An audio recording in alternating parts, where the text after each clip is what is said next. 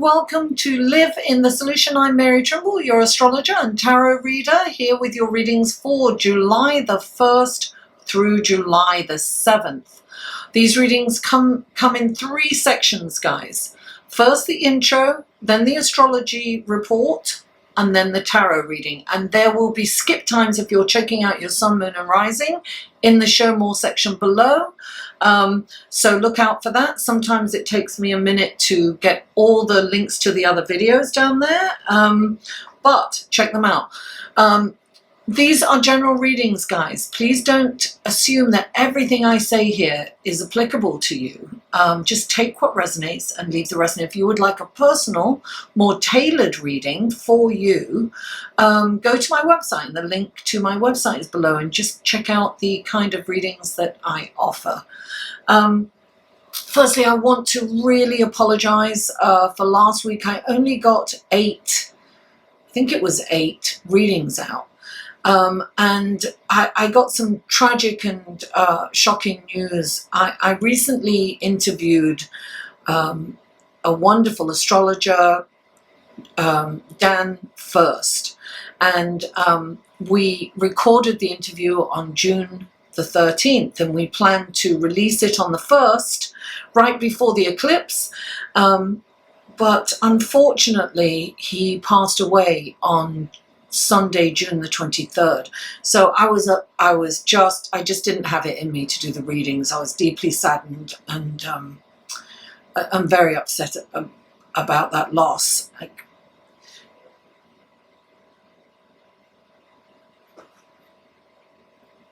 Anyway, I'm sorry. Out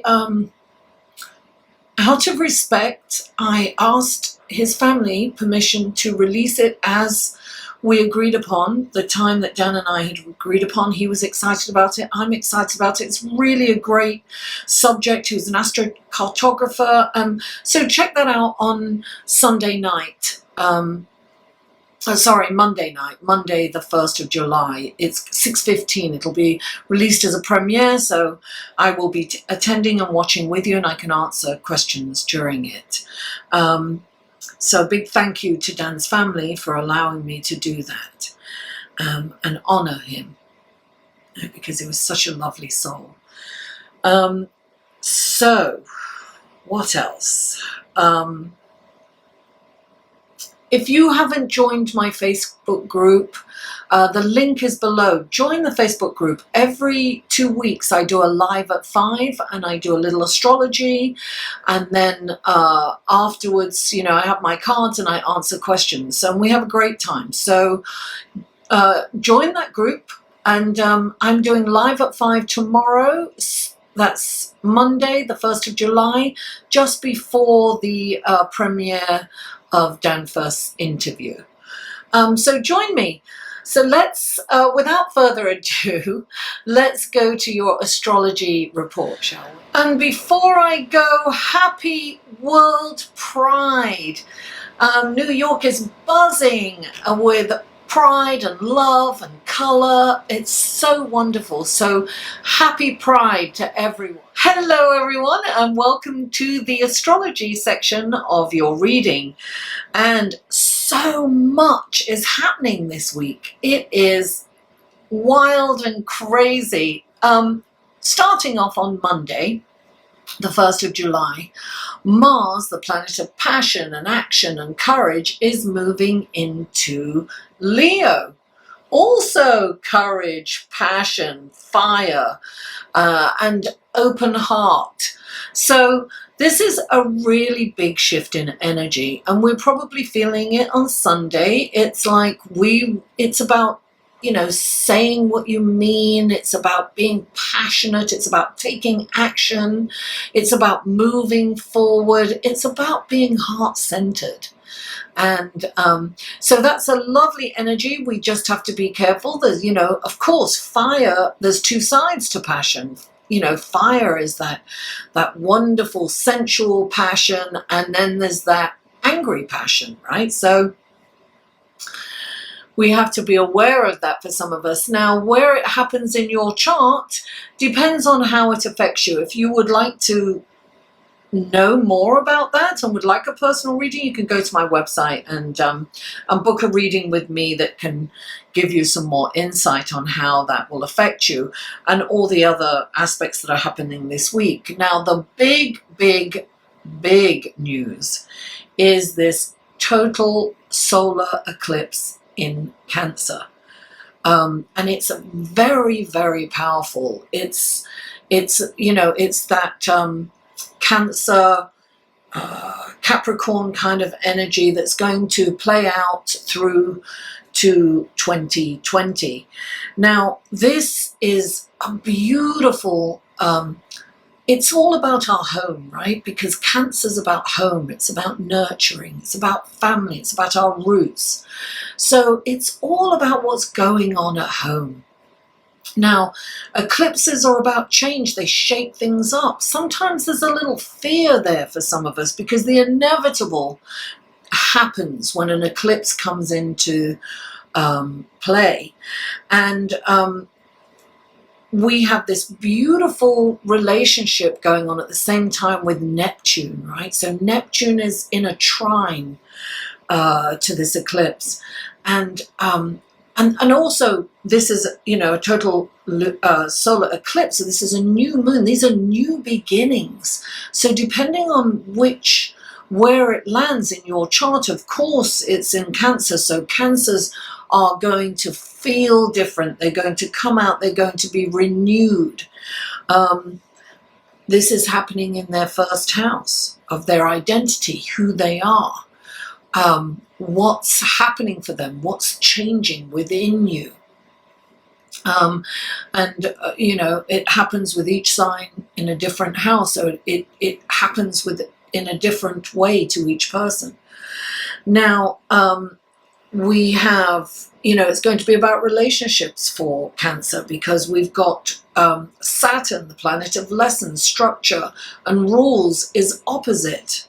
Right? So this is bringing in some, sometimes these lessons aren't pleasant, but they need to happen. They need to happen for us to grow, and we need to grow. So we will be looking at perhaps, or especially Cancers, will be looking at relationships. What relationships do we need to repair? What relationships no longer serve for us?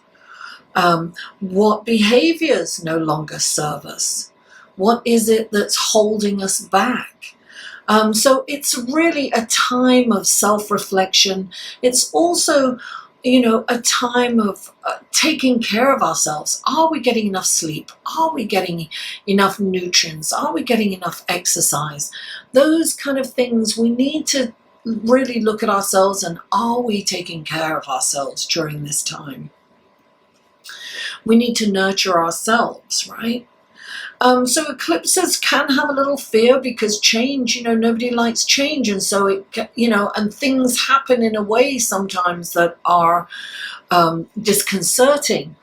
But if we can embrace that change and we can really see, it's kind of karmic too, because, Saturn is the Lord of karma, right? So this is whatever has been at play for a while is going to kind of come out, and we're going to be forced to look at some things about ourselves and about our relationships. Or, if you are a Taurus, it's going to be about finances, and so on.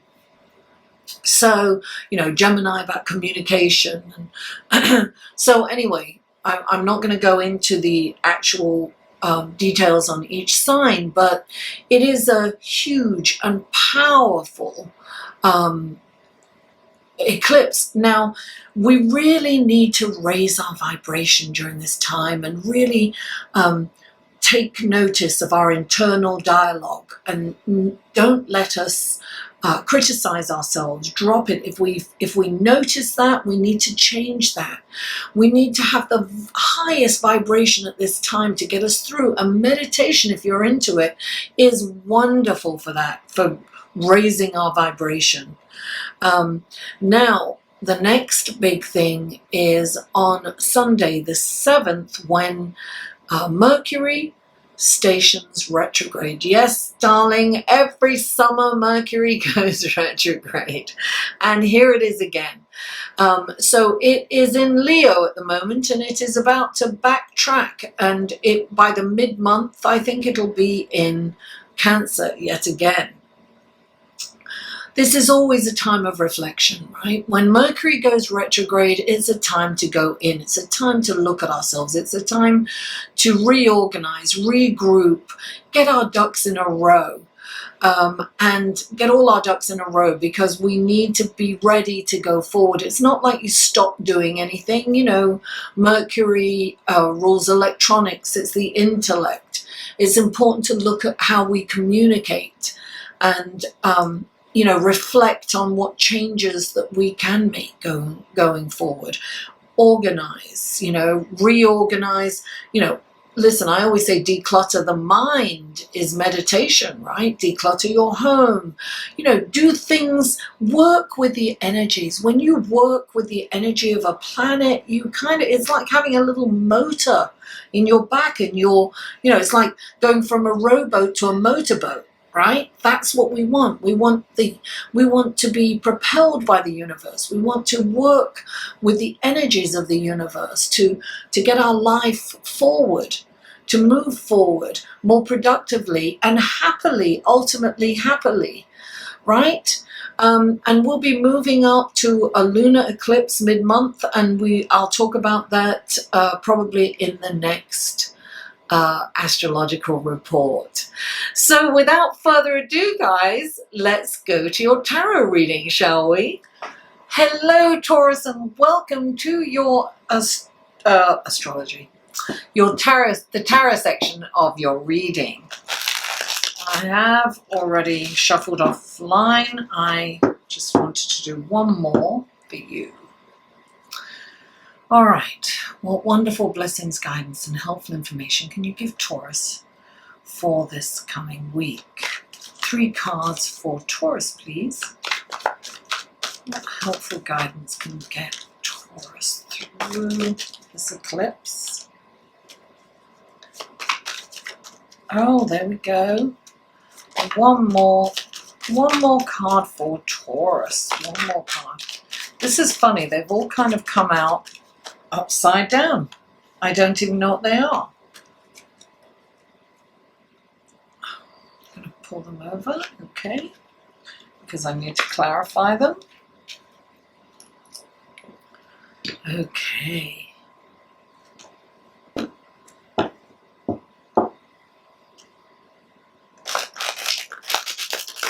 One more shuffle for the clarifying cards. Please clarify. There it is. Oh, please clarify. There it is. Oh, very interesting. Please clarify. Oh, 2 minutes. Oh no, I'm going to let that happen. Because there are 2. I thought there were too many, but 2 is fine. Okay, or 2 are fine. I should say, here's your cards. Okay, Taurus, the first card out for you is the 7 of Swords. Clarifying the 7 Swords is the Hierophant. Then you have the Ace of Cups. Clarifying the Ace of Cups is the Emperor. Then you have the Fool. Clarifying the Fool is the King of Pentacles and the Star card. Very interesting.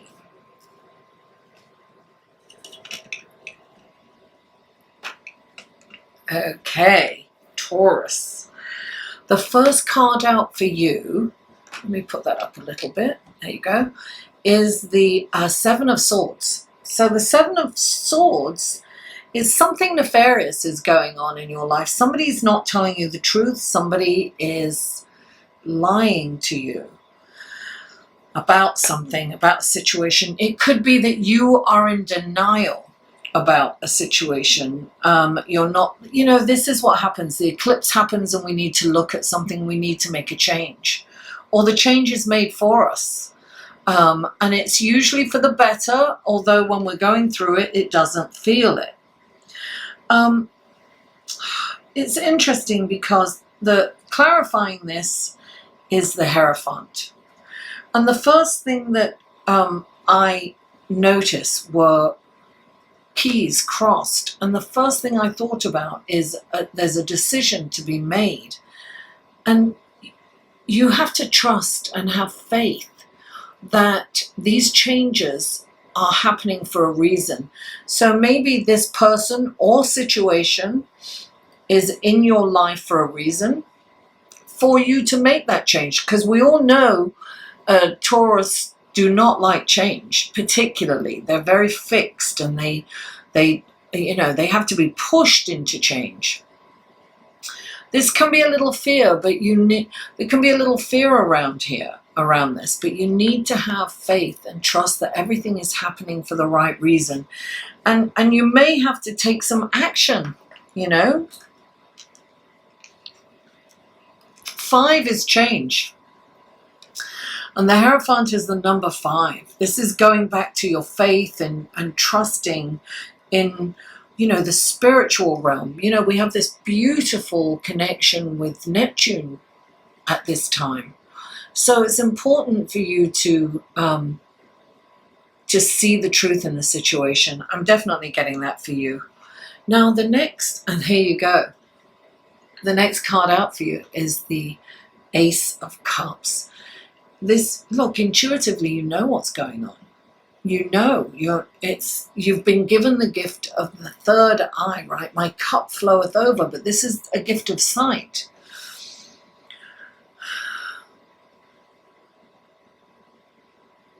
You can see what's coming. You kind of know what's happening, but you've been kind of procrastinating on taking any action. And you have the Emperor clarifying the Ace of Cups. And the Emperor is about getting everything in order. You need to organize everything. This is happening, the eclipse is happening in your second house of income, talent, possessions, earnings. This is a time for you to really organize. Perhaps you need to find another job. Perhaps you need to figure out how you're going to earn extra income. Perhaps you are in a job that you need to leave and the writing's on the wall, but you're not looking at it. Or you can see it, but you're not taking action.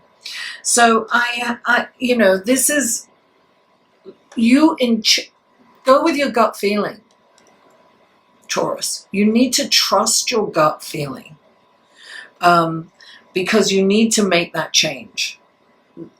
This is structure, rules, and regulations. This is this is Saturn right across from you, from the eclipse. So look, there's a change. There's a change in how you're going to make money. There's probably a change. Maybe you're starting a business. This is an opportunity for new beginnings. So take this advantage. You can make this work for you, Taurus. And look, the next card's the Fool. This is change. This is change without fear. Because the Fool sees everything as an adventure, right? He doesn't see, he's not been weathered. He doesn't have life experience where, he's been knocked down a few times. He doesn't have that experience. He takes a leap of faith, faith. This is about moving forward. But the Fool will jump off a cliff. So just watch where you're going. Right? But this is an amazing opportunity for you because you've got the King of Pentacles clarifying the Fool. And the King of Pentacles, look, it's interesting because there's change there, but you've got to put the work in. And this is kind of a very powerful karmic eclipse. It's like things will work out for us if we put the work into it. We have to work hard. It's not an easy task. It's about putting the work in. Have you put the work in the last Have you been complacent? Have you been lazy? Ask yourself. This is hard work, but manifestation of wealth is very possible, and that's what you want. And look, you also have the Star card. And the Star is a deep healing, emotionally, physically, spiritually. We have Neptune at play. We can really connect with the ethereal realm, with our guides, with our guardians. It's important to be guided spiritually at this time. But hard work is on the table. And you're not afraid of hard work most of the time, are you? No, of course you're not. Especially when you know that there's a pot of gold, right? Right there at the end. Taurus, thank you so much for tuning in. Please don't forget to like this video and share it with friends, family, and social media, and comment. I live for comments and feedback. And if you haven't already, please subscribe. Mwah! I love you all, and I'll see you next week or sooner.